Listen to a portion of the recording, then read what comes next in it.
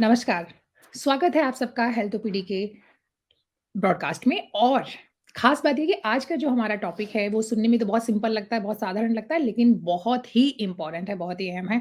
आज हम लोग बात करेंगे पानी पर, कितना पानी पीना चाहिए, गर्म पानी पीना चाहिए, सादा पानी पीना चाहिए या फिर पानी से जुड़े जितने भी सवाल हैं, इनके जवाब आज इस शो के अंदर आपको मिलेंगे और ये तमाम जवाब आपको देने के लिए हमारे साथ जुड़ रहे हैं डॉक्टर अवधेश पांडे। जी सर, स्वागत है आपका। बहुत-बहुत स्वागत है। Thank you. Thank you, Priyanka ji. Thank you for calling me in your show. I'm happy to be here. Thank you so much sir. So actually मैं आपको बता दूं कि doctor Avadhesh Pandey senior radiologist हैं, लेकिन इनकी जो अप्रोच है बीमारियों को लेकर वो ये है कि किस तरीके से एक होलिस्टिक तरीके से किसी भी बीमारी का इलाज किया जाए, उसे जड़ से खत्म किया जाए। जी, आज का हमारा विषय है कि पानी जो है, पानी को लेके बहुत सारे सवाल हैं, खासकर इधर हाल में अल्कलाइन वाटर को लेकर के काफ़ी बातचीत हो रही है। तो मैं जानना चाहती हूँ, मेरा पहला सवाल बेहद सिंपल है, यही है कि क्या ये जो हम लोग अल्कलाइन वाटर की बात करते हैं, कई लोग इसे मैजिकल वाटर कहते हैं। अवधेश जी, आपका क्या मानना है इस बारे में? Alkalinity में जीवन पलता है, एसिडिटी में जीवन जलता है। इसका सबसे बड़ा एग्जाम्पल है ओशन अल्कलाइन है। जीवन पलता है उसमें। आपका ब्लड अल्कलाइन है, आपका जीवन पलता है उसमें। अगर थोड़ा भी एसिडिक हो गया ब्लड, जो साइनाइड पॉइजनिंग में होता है, तो जी। श्योर शॉट डेथ है, immediate. That is the importance of alkalinity and acidity for you, for anybody who is listening to this. तो कोई भी कोशिश, ब्लड का पीएच करीब करीब 7.2 टू 7.4 के बीच में वेरी करता है। अगर 7.2 से नीचे आ गया या 7.4 से बढ़ गया, दोनों घातक है। इसलिए एक बहुत नैरो रेंज में ब्लड का पीएच रहता है जिसमें जीवन पलता है। ऐसा माना जाता है कि जहां पर ब्लड नहीं पहुंचा वहां पर बीमारियां पहुंच गई, जहां पे ब्लड पहुंच गया वहां से बीमारियां हट गई। ऐसा ही देखा जाता है। और चूंकि मैं इमेजिंग में हूं, रेडियोलॉजी का काम करता हूं, तो एक बच्चा जब मां के पेट में आता है, वहां से लेकर जब इंसान की मृत्यु होती है, वहां तक हमारा रोल रहता ही है। तो सभी बीमारियों में, सभी में हमने ये चीज देखा है, जहां पर ब्लड पहुंच गया बीमारियां वहां से चली गई। हाँ, ब्लड का ज्यादा पहुंचना भी कई बार घातक होता है। But anyway, today we are talking about acidity and alkalinity. ये दोनों रिलेटिव टर्म्स है, एब्सोल्यूट नहीं है। जी। एब्सोल्यूट इसमें सिर्फ इतना है कि वाटर का पीएच 7 है, जो टुवर्ड्स द ब्लड बैलेंस करता है, उसको टुवर्ड्स 7.2 बैलेंस करता है। इसीलिए ये जो फैक्ट्री है कॉल्ड बॉडी, इसमें जो भी एक्टिविटी चलती है, जो भी हम, अगर कोई थॉट भी आता है तो वो एसिड बनाता है। हम कोई जी। एक्सरसाइज करते हैं तो लैक्टिक एसिड बनता है। अगर हम कुछ खाते हैं तो गैस्ट्रिक एसिड बनता है। हम कुछ भी करते हैं, एसिड बनता है। इस एसिड को बैलेंस करना बहुत जरूरी है, क्योंकि एसिड बेस बैलेंस नहीं होगा तो प्राण पखेरु उड़ जाएंगे इमीडिएटली। और वो बैलेंस करता है पानी। तो अब पानी का क्या इंपॉर्टेंस, अब इससे ज्यादा क्या इंपॉर्टेंस बताया जाए। जी। इतिहास इस बात के लिए गवाह है कि जितने भी सिविलाइजेशंस, जो पुराने सिविलाइजेशंस हुए हैं, पानी के आसपास ही हुए हैं। चाहे वो इंडस वैली सिविलाइजेशन हो, चाहे वो गंगा वैली सिविलाइजेशन हो, चाहे वो टिग्रिस यूफ्रेट्स रिवर का सिविलाइजेशन हो, चाहे वो मिजौरी मिसिसिपी हो, चाहे वो नाइल का सिविलाइजेशन जैसे इजिप्ट का सिविलाइजेशन है। तो जितने भी सिविलाइजेशंस आप ओल्ड सिविलाइजेशंस देखेंगे, सभी नदियों के किनारे बने थे। पानी का कितना इंपॉर्टेंस है, इतिहास भी इस बात का गवाह है। जी, बिल्कुल, अवधेश जी दूसरा आपकी जी, सॉरी, आप कुछ कहना चाह रहे हैं? दूसरा हमारा जो पानी के साथ, आप देखिए, हमारे जितने भी भारतीय रीति रिवाज हैं, पानी के आसपास ही घूमते हैं। जी, हम जल बिल्कुल। की पूजा करते हैं, जैसे छठ पूजा होती है, वो जल और सूर्य देव की पूजा है। तो कायदे से देखा जाए तो ये जल वायु पे ही डिपेंड करता है। जल एंड वायु इन सो मेनी वर्ड्स। लोग बोलते हैं ना, हम कहीं बाहर जा रहे हैं, तो कहां जा रहे हैं? जी, हम अपना जलवायु बदलने जा रहे हैं। जल एंड वायु इन सो मेनी वर्ड्स। जी। जी, ये तो आपने बताई कि किस तरीके से हम इतिहास से कनेक्ट कर रहे हैं, लेकिन यहाँ पे चूँकि ऑफ़ कोर्स आप भी मेडिकल एक्सपर्ट हैं और ये हमारा प्लेटफ़ॉर्म है कि मेडिकल से जुड़ी हुई जो भी समस्याएँ हैं या जो भी चीज़ें हैं, सही जानकारी देने का। तो मैं चाहती हूँ कि आप इसको आज की तारीख में अगर हम लोग इसे मेडिकल से कनेक्ट करें, बीमारियों से कनेक्ट करें या सेहत से कनेक्ट करें, तो ज़्यादा बेहतर होगा। आप उस तरीके से अगर समझाएँ हमारे दर्शकों को कि पानी का अल्कलाइन होने का मतलब क्या है और वो किस तरीके से हमारी सेहत को बेहतर करता है? जी। तो अब मैंने आपको बताया, ये बॉडी जो है हमेशा एसिड बेस बैलेंस में लगी रहती है। अगर हम कोई हाईली एसिडिक चीज बॉडी को दे रहे हैं बार बार, जैसे जी, कोल्ड ड्रिंक, 4.5 पीएच है उसका, बार बार अगर उसका सेवन करें तो बैलेंस एसिडिटी के तरफ जाता है। उसको अल्कलाइन करने के लिए हमें एनर्जी खर्च करनी पड़ती है। हमें प्रोटॉन पंप को जागृत करना पड़ता है ताकि हम बैलेंस बना पाए उसका। और हम अगर बार बार ये करते हैं तो एसिड बेस बैलेंस गड़बड़ हो जाता है और डिजीज रिजल्ट्स। मैं आपको एसिड बेस बैलेंस का, इसका कितना इंपॉर्टेंस है लाइफ में या किसी भी डिजीज में, मैं आपको समझाता हूं। बॉडी क्या करती है, हर हर बार 7.2 पीएच के तरफ ग्रेविटेट करती है। That is a basic pH. तो कोई भी चीज आप अगर ले रहे हैं, अगर 6.9 भी है तो 4.5 से तो काफी अच्छा है। ऑल्दो अभी भी एब्सोल्यूट टर्म्स में एसिडिक है, लेकिन 4.5 से तो बहुत अच्छा है। और प्लीज, ये पीएच लीनियर स्केल नहीं है, ये लॉगरिथमिक स्केल है। अगर एक पीएच का वेरिएशन है तो इंटू 10 टाइम्स हो गया। तो 4 से 7 तक 1000 times. The difference is 1000, 10 into 10 into 10, which means एक कोल्ड ड्रिंक के पीछे उसको न्यूट्रलाइज करने के लिए 1000 ग्लासेस ऑफ वाटर चाहिए, तब जाके वो न्यूट्रल होगा, एक कोल्ड ड्रिंक। जी। मेरे कहने का मतलब समझिए, ये इंपॉर्टेंस है बॉडी का। तो बॉडी क्या करती है, बहुत दिन तक झेलती है, एक टिपिंग पॉइंट तक पहुंचती है। उसके बाद, जब उसके बाद भी हम एसिड, जैसे हम अगर कुक्ड फूड खा रहे हैं, दैट इज एसिडिक फूड, क्योंकि उसका पीएच कम होता है। अगर हम रॉ फूड खा रहे हैं तो वो अल्कलाइन फूड इसलिए माना जाता है कि उससे कुक्ड फूड के कंपैरिजन में रॉ फूड का पीएच, इट ग्रेविटेट्स टुवर्ड्स वाटर। अगर 6.5 भी है, 6.8 भी है, तो it is towards alkalinity rather than towards acidity. तो हम हम बॉडी का पीएच बैलेंस कर लेते हैं। जब ये पीएच बैलेंस नहीं हो पाता है तो बॉडी क्या करती है, इस एसिड को इकट्ठा करके कहीं ना कहीं फेंक देती है। अगर गॉल ब्लैडर में फेंक दिया तो वहां स्टोन बन गया, अगर किडनी में फेंक दिया तो वहां स्टोन बन गया, अगर ब्रेस्ट में फेंक दिया तो लंप बन गया, उस लंप में एंजियोजेनेसिस हो गया, तो कैंसर की संभावना बन गई। जी, So this is the importance of acidity and alkalinity and the constant endeavor of the body to balance between acidity and alkalinity. इन सब में वाटर का पीएच 7 माना गया है और 7 है भी। लेकिन आज के दौर में जो पानी हम मिनरल वाटर बोल के पीते हैं या फिर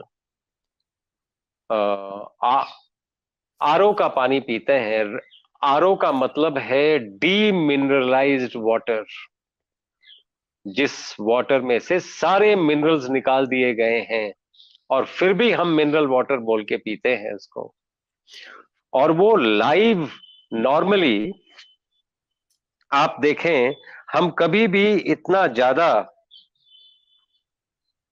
धरती से जुदा हुए लोग नहीं थे। हम नदियों के पानी वैसे पी लेते थे, तो क्या वो ठीक था? क्या ये ठीक नहीं है? बात यह है कि सिर्फ पीएच की बात नहीं है। आप अगर अल्कलाइन, तो आजकल एक मशीन भी आती है जो पानी को अल्कलाइन बना देती है, क्या वो ठीक है? ये आपका, मैं जानता हूं, ये दूसरा क्वेश्चन होगा। और जी, जी। क्या हम जो चीजें जैसे नींबू और ये खीरा या कुछ पत्ते, अदरक, हुँ। आंवला उसमें डालते हैं, तो जो पीएच 7.2 के आसपास आता है, क्या वो क्या वो बेहतर है, या मशीन वाला अल्कलाइन वाटर बेहतर है? ये सोचने ऐसी बात है। जो आप चीजें डाल के बनाते हैं वो लाइव वाटर है, हमेशा याद रखिए। It is rich with microbiome, so it is not only water, it is live water. जो मशीन बनाती है वो वैसे भी लाइव वाटर नहीं है, उसमें से बैक्टीरिया वगैरह सब निकाल लिए गए हैं। और गॉन आर दोज डेज जहां पर ऐसा लगता था कि bacteria are responsible for disease. अगर बैक्टीरिया ना हो तो आप ना हो। इसलिए there is something called microbiome, जिसमें लाइव वाटर हेल्प करता है ज्यादा, rather than a pH balanced water. इसलिए वो पानी ज्यादा मैजिकल है और ज्यादा अच्छा है, as far as people are concern और उनका कंजम्पशन इज कंसर्न। और वैसे भी जो आरओ के पानी ये निकलते, वैसे भी मिनरल्स मिनरल्स नहीं होते हैं। अगर आप कुछ ऐड कर रहे हैं उसमें, ये धरती से उ- उगी हुई चीजें हैं, और धरती पर्याप्त है मिनरल्स में। There is no deficiency of any mineral in mother earth, no जी, सर। डेफिशिएंसी एट और ऑल। मेरा सवाल है कि आपने जो अभी बताया कि किस तरीके से आरओ का जो पानी का कंज़म्पशन है, वो खासकर शहरों में, बड़े शहरों में, इवन छोटे शहरों में, यहाँ तक कि अब गाँव में भी आरओ के पानी का इस्तेमाल होने लगा है। तो जब हम ये मानते हैं कि एक तरीके से उसमें सारे मिनरल्स जो है वो निकाल दिए जाते हैं, तो कैसे पता करें कि हम ये मिनरल है या नहीं है, या कैसे बढ़ा सकते हैं अपनी डाइट के, अपने पानी के अंदर? सॉरी। जी। अगर आरओ का पानी है तो यकीन करके चलें, ये सारे मिनरल्स निकाल दिए गए हैं। मैं कैसे चेक आपको एक करें? एग्जाम्पल बताता हूं, मैं आपको एक एग्जाम्पल बताता हूं। आरओ पानी पीने के लिए नहीं निकला था। आरओ निकला था डायलिसिस के लिए। जो डायलिसिस का पानी है, जिन जो लोग डायलिसिस जो यूनिट्स चलाते हैं वो जानते हैं कि वो जो एफ्लुएंट वाटर है वो गार्डन में छोड़ा नहीं जाता है, क्योंकि घास जल जाएगा, ग्रीन ग्रास ब्राउन हो जाएगा। उसको जिस चीज में छोड़ा जाता है वो भी धीरे धीरे गल जाता है, और हम वो पानी पी रहे हैं। मैं बहुत सरप्राइज्ड हूं कि ये बात कभी उठी ही नहीं। इसलिए बेहतर है कि इस पानी को मिनरलाइज किया जाए, और मिनरलाइज करने के लिए जो नेचुरल चीजें डाली जाती हैं पानी में, उसको अल्कलाइन बनाने के लिए, जैसे खीरा हो गया, उसके कवर समेत छिलके समेत। खीरा डाल दिया गया, छिलके हुँ। समेत, और पत्ते हो गए, अदरक हो गया, नींबू हो किस गया, ये छिलके समेत, मिर्ची हो गई। मिर्ची डंठल वाली क्यों? क्योंकि जितना माइक्रोबायोम है वो डंठल में ही होता है, जो हम यूजुअली निकाल देते हैं।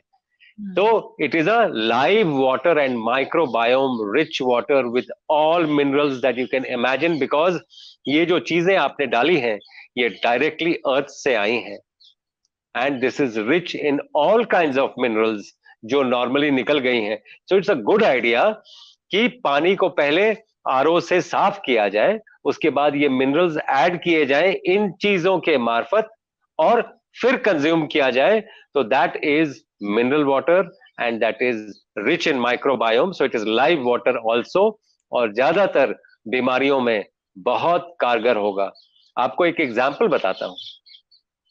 अगर ये पानी जो मैं आपको जैसे बताया, आजकल तो सबके पास एक सेल फोन है, एक सेल्फी ले लें, 7 दिन तक ये पानी पिए, फिर से एक सेल्फी ले लें, अपनी शक्ल खुद ही कंपेयर कर लें, तो पता चल जाएगा कि करेक्ट। एंटी एजिंग कैसे होता है। एंटी एजिंग वाटर है ये। जितने रिंकल्स हैं निकल जाएंगे, because wrinkles are what, acid accumulation है ये। हम्म, जी। ठीक है, तो इस पे हम लोग हाँ आराम से बात करेंगे, क्योंकि आपने जो कहा कि जितने रिंकल्स से निकल जाएंगे, ये थोड़ा सा लगता है कि मतलब एग्जेजरेटेड लगता है, क्योंकि ऑब्वियसली उम्र के साथ आता है कि हम स्लो कर सकते हैं शायद रफ्तार को, लेकिन खत्म नहीं कर सकते हैं। जी, ऐसा मेरा मानना है। लेकिन हम लोग इस विषय पे बाद में बात करेंगे। पहला सवाल मेरा ये है कि जो कि कंट्रोवर्सी भी है अल्कलाइन वाटर को लेकर के, स्टडीज हुई हैं, बहुत जगह पे स्टडीज हुई हैं, लेकिन कहीं भी शायद अभी तक ये चीज मतलब खुल के नहीं आई है कि वाकई ही ये इस बीमारी में असरदार है, इसमें नहीं है। तो ये जो कंट्रोवर्सी है, क्या फिर ये नुकसान किसी को पहुंचा सकता है? इसको लेकर आपका क्या कहना है? हाँ, बहुत ज्यादा एल्कलिनिटी, मैंने आपको बताया ब्लड का एक रेंज है 7.2 टू 7.4। 7.2 के नीचे तो बॉडी टॉलरेट कर लेगी, लेकिन 7.4 के आप बियॉन्ड घातक भी हो सकता है, दोनों घातक है। तो एक बहुत थिन बैलेंस में चलना पड़ता है, और जितना आप पानी को टुवर्ड 7 करते जाएंगे, उतना आप सहायक होंगे बॉडी को हेल्प करने के लिए, नहीं तो एनर्जी लॉस होता है। तो जितना ज्यादा आप ये मिनरल्स ऐड करते जाएंगे और नेचुरल चीजें ऐड करते जाएंगे, ये वाटर का पीएच ग्रेविटेट्स टुवर्ड्स 7, 7.2, 7.3 के आसपास ग्रेविटेट करता है, which is good for health. और बॉडी को बहुत मेहनत नहीं करनी पड़ती है उसके एसिड को बफर करने के लिए। नहीं तो अगर एसिडिक पानी आप पी रहे हैं, तो दांतों से कैल्शियम और बोन से कैल्शियम निकलेगा उसको बफर करने के लिए। तो rather than gaining minerals, you are losing minerals because of the acidity. The body cannot tolerate lot of pH disbalance. तो वो immediately कैल्शियम भेजती है उसको बफर करने के लिए। जी। तो ये फिर तो ये होता है, इसलिए अल्कलाइन वाटर सेहत के लिए अच्छा है। जी।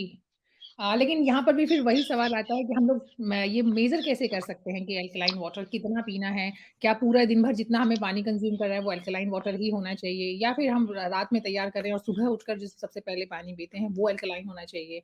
किस तरीके से हम लोग इसको एक बैलेंस बना सकते हैं?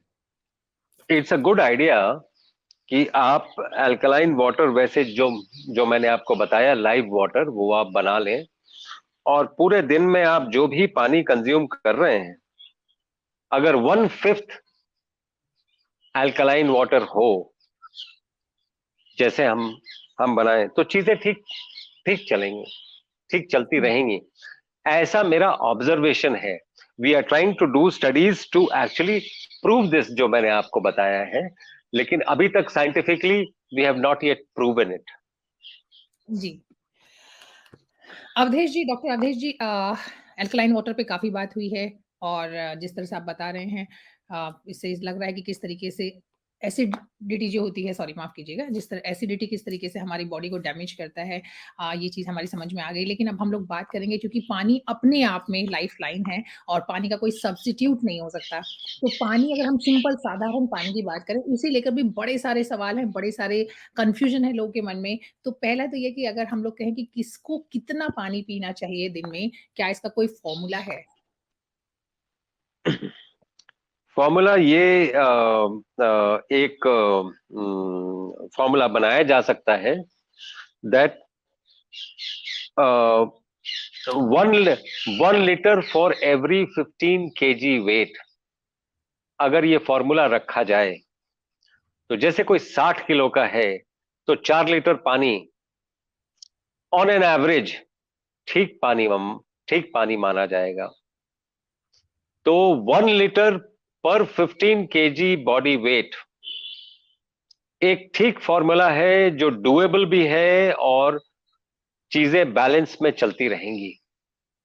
जी। यहाँ बात पानी की हो रही है, या फिर पानी के साथ हम जो टोटल लिक्विड लेते हैं, कंज़्यूम करते हैं, उसकी बात कर रहे हैं? आप टोटल लिक्विड की भी बात ये ले सकती हैं। टोटल लिक्विड्स आपने जो भी लिया, वैसे जूस को जहां तक जहां तक हो सके अवॉइड करना चाहिए, क्योंकि जूस कॉन्सेंट्रेटेड फूड है, उसको बिल्कुल। पानी के तौर पे ना लिया जाना चाहिए। That's concentrated food. और जी, वो इमीडिएटली एसिड बेस बैलेंस को डिस्टर्ब करता है। अगर वही जूस आप देखिए ना, आपको एक एग्जाम्पल बताता हूं मैं। हाँ गन्ना जी, इतना आप खाएं तो आप एनर्जी ज्यादा स्पेंड करेंगे, ब्लड शुगर स्पाइक नहीं करेगा।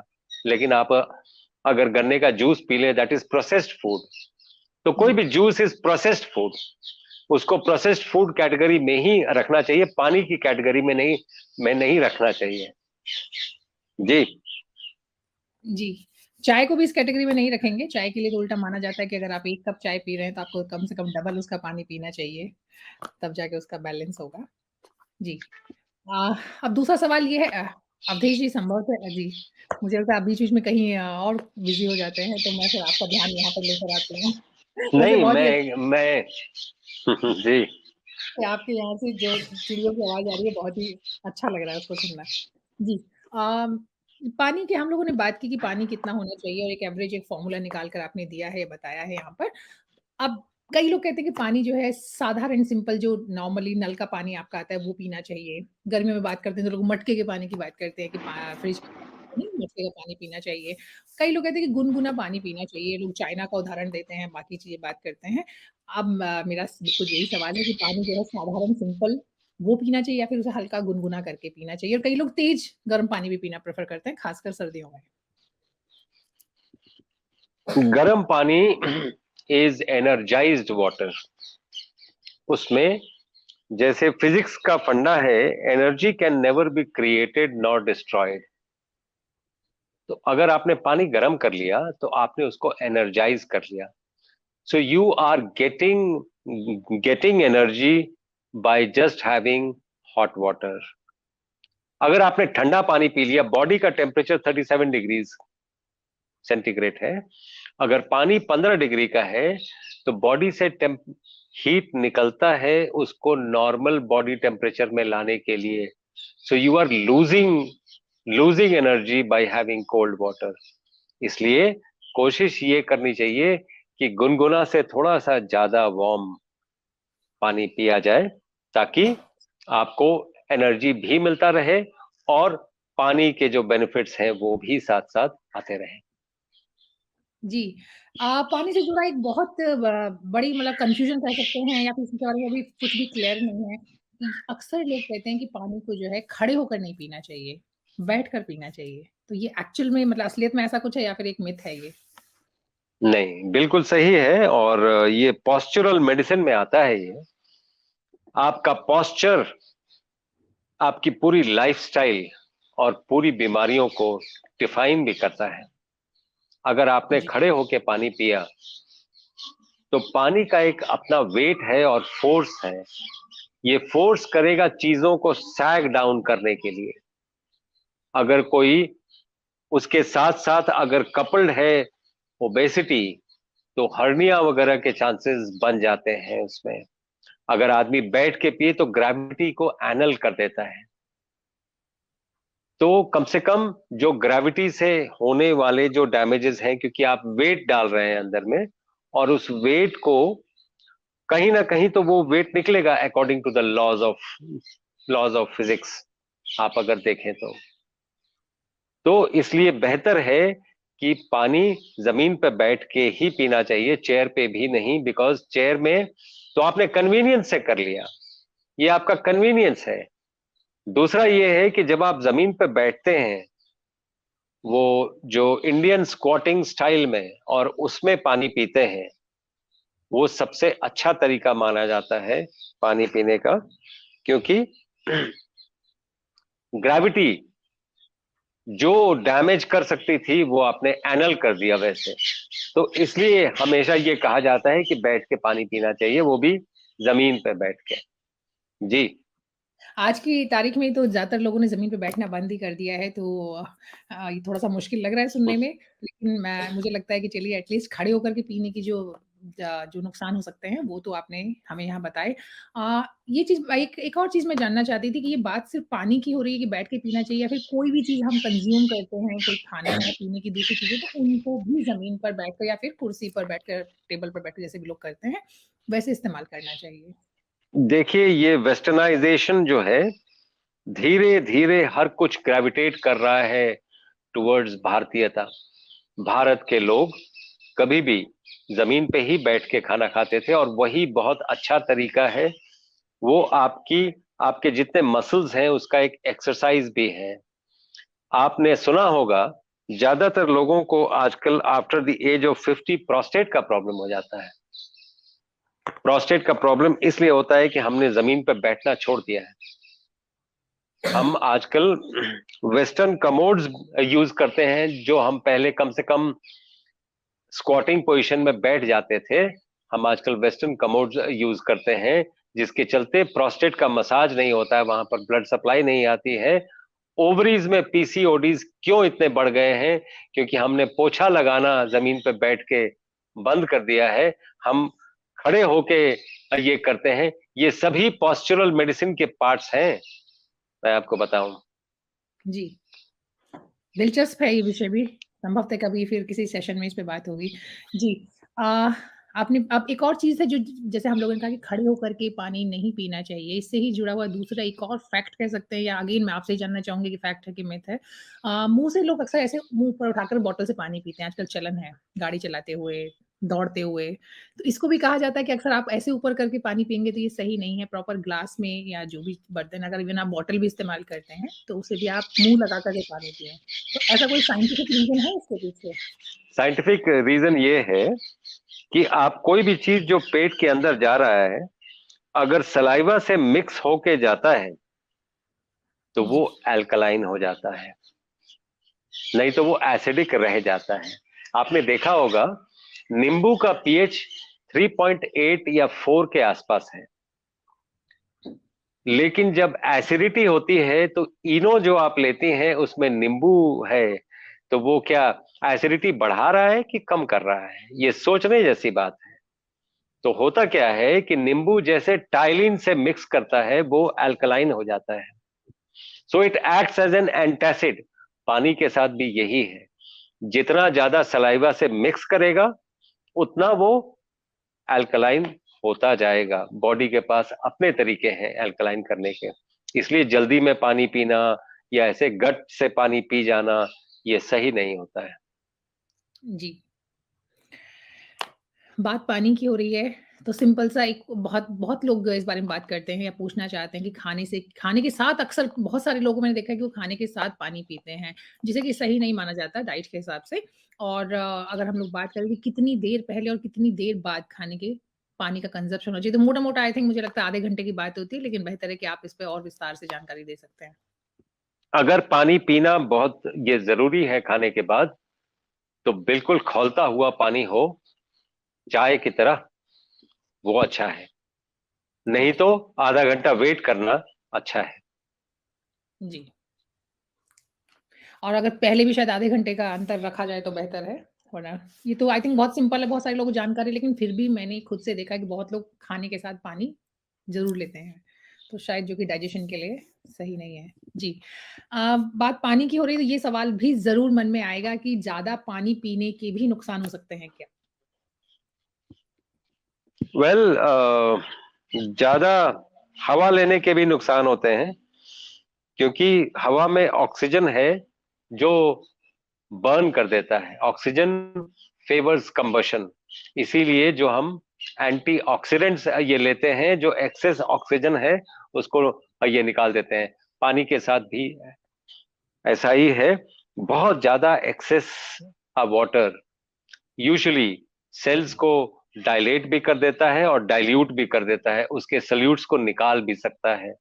तो आपको कुछ डेफिशिएंसी हो जाएगी अगर बहुत ज्यादा पानी पिया जाए तो।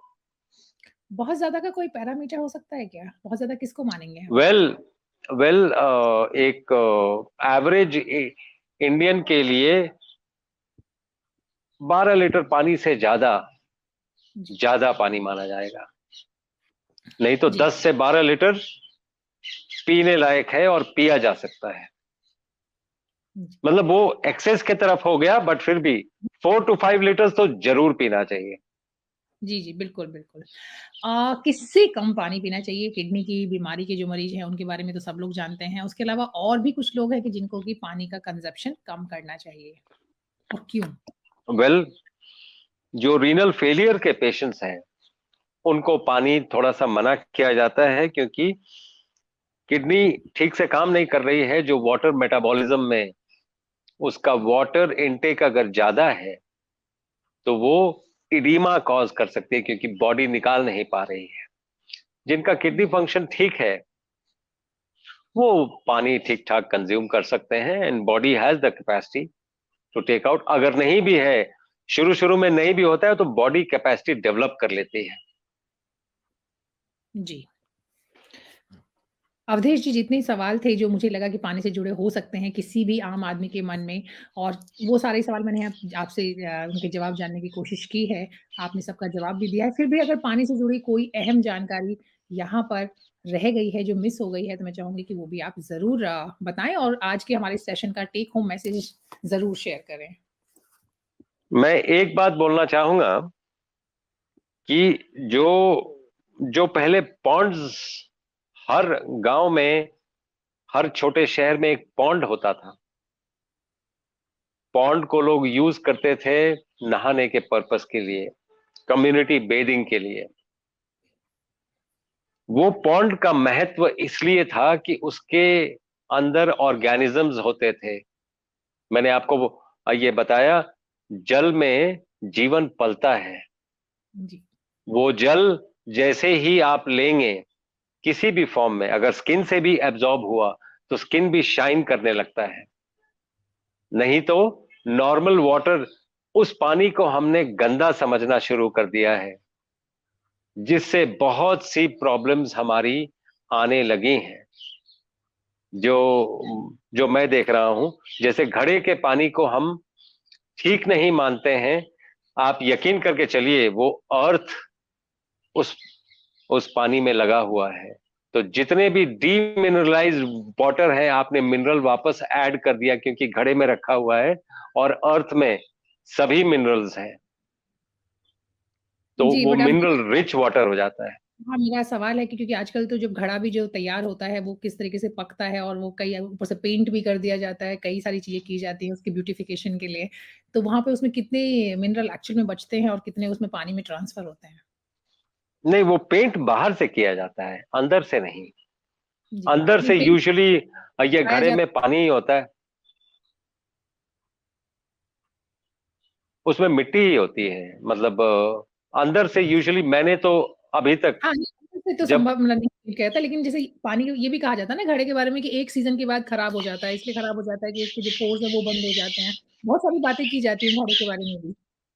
उसको चार्ज करना पड़ता है, उसको चार्ज कैसे किया जाता है, मिट्टी से ही चार्ज किया जाता है उसको। जी। मैं चाहती हूँ कि आज के इस सेशन का, मुझे लगा था बीच में कि शायद कुछ नेटवर्क इश्यू हुआ है क्योंकि आवाज़ नहीं आ रही थी, लेकिन संभवतः अब मुझे अभी वापस आपकी आवाज़ आ रही है। तो मैं ये जानना चाहती थी कि आज के इस सेशन, जो भी लोग हमसे जुड़े हुए हैं या जो भी इस प्रोग्राम को बाद में देखेंगे, उनके लिए पानी को लेकर आपकी क्या सलाह है, वो एक बार आप ज़रूर बताएँ?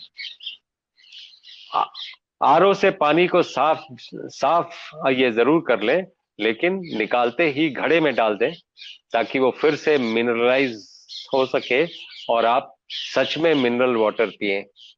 जी।